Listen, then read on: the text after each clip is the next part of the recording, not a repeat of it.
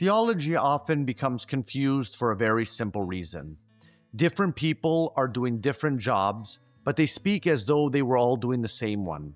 One man is still gathering sources, another is trying to interpret a text, another is reconstructing a historical situation, another is weighing opposed positions, another is trying to say what must be affirmed now, another is asking how it all hangs together, and another is trying to speak to the church, the culture, to the future.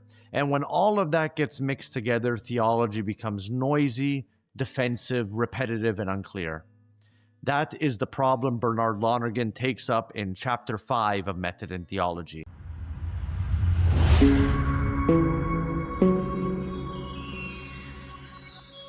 Theology must be specialized, not merely by subject matter, but functionally, not by field, not just by department, by task, because theology is not a heap of topics, it is a process. That is where Lonergan starts.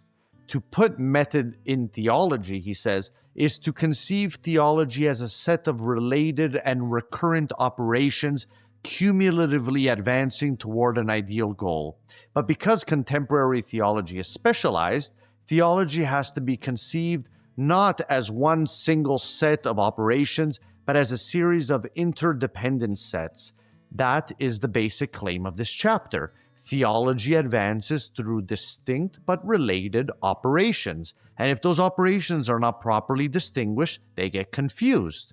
So this episode is about those operations, those distinctions. Why Lonergan thinks they are necessary. What the 8 specialties are. Why they come in the order they do. And how they hang together as one living theological process. Now, before Lonergan introduces the 8 specialties, he clears the ground by distinguishing 3 kinds of specialization: field specialization, subject specialization, and functional specialization. The first, field specialization, is the easiest to understand. The field is too large for one person to master, so it gets divided. Scripture, patristics, medieval thought, Reformation studies, and then those are subdivided again. This is the logic of modern scholarship. As the data multiply, one knows more and more about less and less. That is field specialization. But then there's also subject specialization. This is the kind people already know from departments and curricula. Here, the division is not first of the data, but of the results to be taught and communicated. So you get subjects like Semitic languages, Hebrew history, ancient Near Eastern religion, Christian theology. It's the familiar academic map. But functional specialization is something else.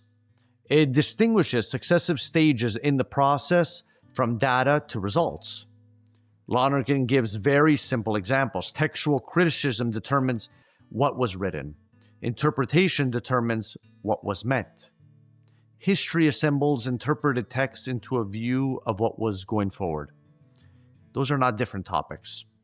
They are different moments in one process. That is why they are functionally interdependent. The earlier stages are incomplete without the later ones. The later ones presuppose the earlier ones. That is the key. Functionally interdependent.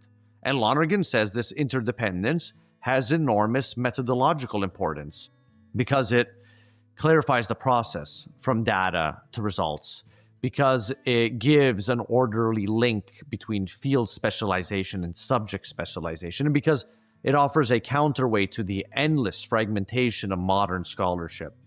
That is already a major insight. Theology does need division of labor, but if you only divide by subject matter, you get fragmentation without process.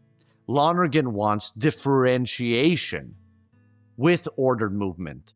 So now he names the 8 functional specialties: research, interpretation, history, dialectic, foundations, doctrines, systematics, communications. Those 8 are not arbitrary.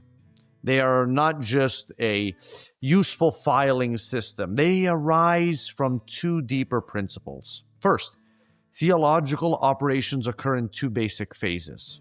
Second, human consciousness operates on four distinct levels, each with its own proper end. Two phases times four levels gives 8 specialties. So let's take that slowly. It's a bit. First, the two phases. Lonergan says there is a theology in orientazione obliqua and a theology in orazione recta. One can translate that roughly like this. There's a phase in which theology listens, studies, receives, mediates the witness of the past. And there is the phase in which theology, enlightened by that past, speaks directly to the present and future. He gives the rhythm in many ways. If one is to hearken to the word, one must also bear witness to it. No? If one assimilates tradition, one must also pass it on. If one encounters the past, one must also take one stand toward the future. So the first phase is what he later calls mediating theology. The second is mediated theology. The first phase brings us into contact with the Christian past and with the living witness that constitute the present religious situation. The second phase begins from reflection on authentic conversion and moves towards affirmations, understanding, and communication for today. Then comes the second principle, the 4 levels of consciousness. We've mentioned it already: experience, understanding, judgment, decision. Each level has its own proper achievement. Experience apprehends data. Understanding grasps meaning or intelligibility. Judgment affirms or denies what is so. Decision acknowledges value and chooses the means of realization. Now, here is the architectonic move. Each phase of theology contains tasks corresponding to those 4 levels. In the first phase, theology moves from data towards encounter.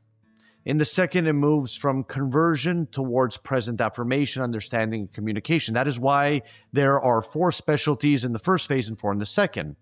So let's walk through these 8. Research comes first. Research makes available the data relevant to theological investigation.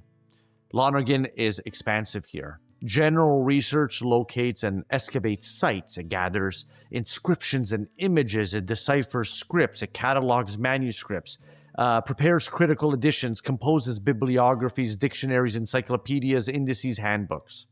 Special research gathers the materials relevant to some particular question. Research, then, is the work of making the data available. It does not yet tell us what they mean. It gets the materials in hand, then comes interpretation. If research makes available what was written, interpretation understands what was meant. It grasps the meaning in its proper historical context, in accord with the proper mode and level of thought and expression, and in light of the writer's circumstances and intentions. Its product is commentary, monograph, exegesis, and Lonergan warns that it is full of pitfalls, especially once questions of cognitional theory, epistemology, and metaphysics start to intrude.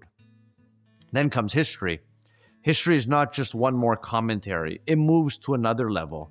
Basic history tells who did what, where, when, with what success, reverses, and influence.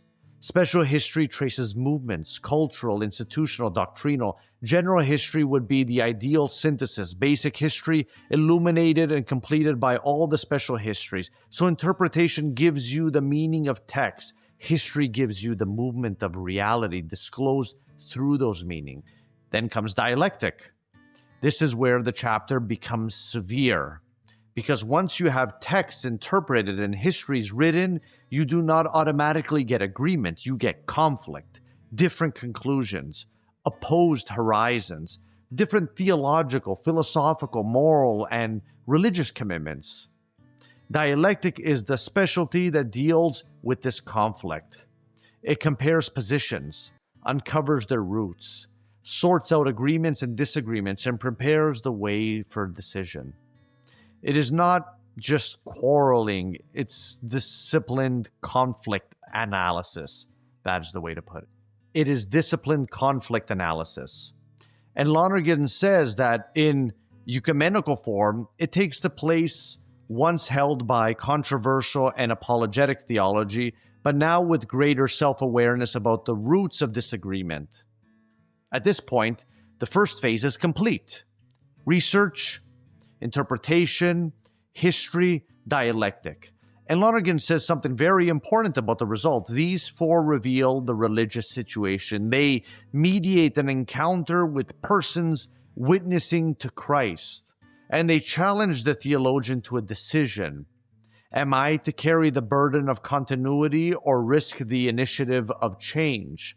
That decision, he says, is primarily not yet theological but religious. It belongs to the more spontaneous level on which theology later reflects. And only when that decision is reflected upon and objectified does it enter theology explicitly as the fifth specialty, foundations. That is a decisive point. Theology does not move from data to doctrines by sheer mechanism. There is a personal moment, a moment of horizon, a moment of conversion, a moment of decision. And that is where the second phase begins, foundations. Lonergan describes foundations in a striking way. They are not doctrines. They are the horizon within which the meaning of doctrines can be apprehended. That is crucial. Foundations are not first a set of propositions about religion. They are the objectification of conversion. As lived, conversion affects all of man's conscious and intentional operations. It directs his gaze, pervades his imaginations, enriches his understanding, guides his judgment, reinforces his decisions. When that lived conversion is made thematic and explicit, foundations emerge. And that is why foundations differ from older fundamental theology. Older fundamental theology was treated as a theological first and often as a set of doctrines. Lonergan's foundations comes after research, interpretation, history, and dialectic. And they are not doctrines. They are horizon. They are the standpoints from which doctrine can be understood, appropriated, and affirmed. Then comes doctrines. Doctrines express judgments of fact and judgments of value. They include not only dogmatic theology in the narrow sense, but the affirmations and negations of moral, ascetical, mystical, pastoral theology as well. And Lonergan says doctrines stand within the horizon of foundations. They receive precision from dialectic, positive wealth and development from history, grounds from interpretation of the theological data. This is important because it shows that doctrines are not invented out of nowhere. They are the fruit of a process. They depend on data, on interpretation, on history, on the sorting of conflict, on horizon. Then comes systematics, and systematics begins because doctrines raise further questions. Doctrinal language may be symbolic, figurative, descriptive, imprecise, apparently inconsistent, even seemingly fallacious if pressed too crudely. Systematics attempts to meet those issues. It works out appropriate systems of conceptualization. It removes apparent inconsistencies. It seeks some grasp of spiritual matters from their inner coherence and from analogies drawn from more familiar human experience. That is the great distinction between doctrines and systematics.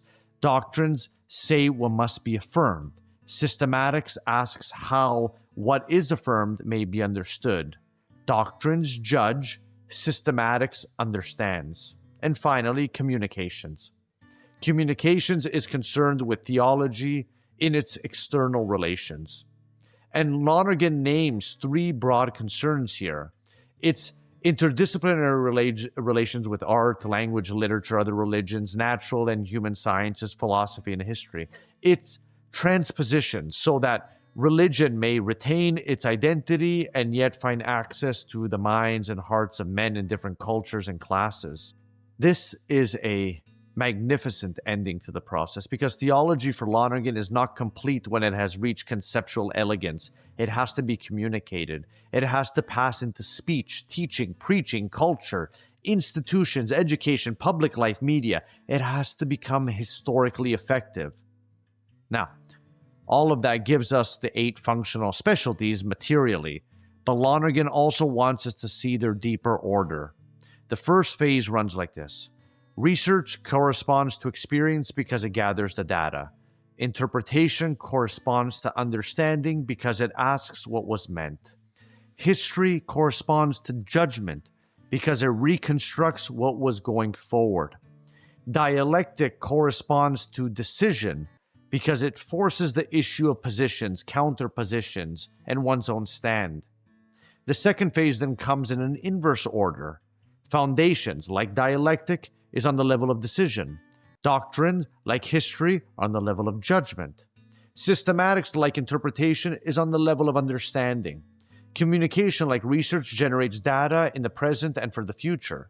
The inversion matters because it is the first phase. One begins from the past, from the data, from the meanings, through facts, towards personal encounter. In the second phase, one begins from authentic conversion, from foundations, and then moves outward toward affirmations, understanding, and communication into the world. This is one of the most beautiful structural insights in the whole book. The first half receives, the second half gives. The first half mediates the witness. The second half bears it forward. The first half brings one to the threshold of decision. The second begins from that decision. That is why Lonergan speaks of a dynamic unity. These specialties are not 8 cubicles in a bureaucratic hallway. They are one process unfolding in 2 phases across the 4 levels of human consciousness. And now we can see why this division is needed. Lonergan is explicit. It is not merely for convenience. Field specialization can be justified because the data are too extensive. Subject specialization can be justified because the matter is too broad for one professor. But functional specialization is different. It distinguishes different tasks so they are not confused. Different ends require different means. Different means are used in different manners. Different manners are governed by different methodical precepts. So, Lonergan gives several reasons why this is necessary. Without it, theologians do not have clear ideas about what precisely they are doing.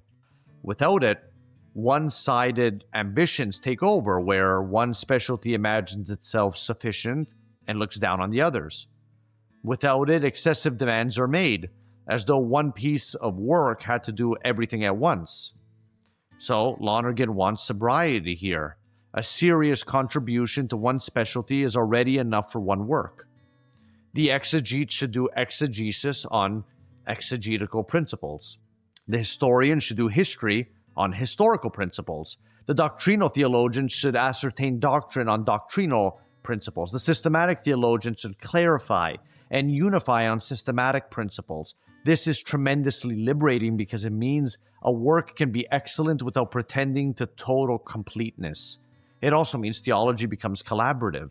No single mind has to do all 8 things at once, but all 8 things have to be done if theology as a whole is to move properly from data to result and from witness to renewed witness. So, as usual, let me draw the whole chapter together. Why specialization in theology must be functional? Well, because theology is not just a collection of topics, because it is not enough to divide labor by field or by department, because theology is a structured process, because different stages in that process have different proper ends, because the confusion of those ends produces confusion in theology itself, and because only by distinguishing these tasks can theology become cumulative, collaborative, and self-aware. Research gathers the data. Interpretation grasps the meaning. History judges what was going forward. Dialectic sorts the conflict and presses towards decision. Foundations objectifies conversion and horizon. Doctrines state what is to be affirmed. Systematics seek understanding of what is affirmed. Communications bring the whole achievement into relation with culture, media, and the living future. That is the architecture. And once you see it, a great deal of theological confusion becomes easier to diagnose. You can see why people talk past one another. You can see why some arguments never reach closure. You can see why some thinkers are strong in one specialty and weak in another. You can see why theology needs not just intelligence, but ordered intelligence. In the next episode, we begin the first specialty itself, research. Because if theology is to move responsibly from data to results, the first question becomes very concrete. That is, what exactly counts as data for theology, and how do we gather it well?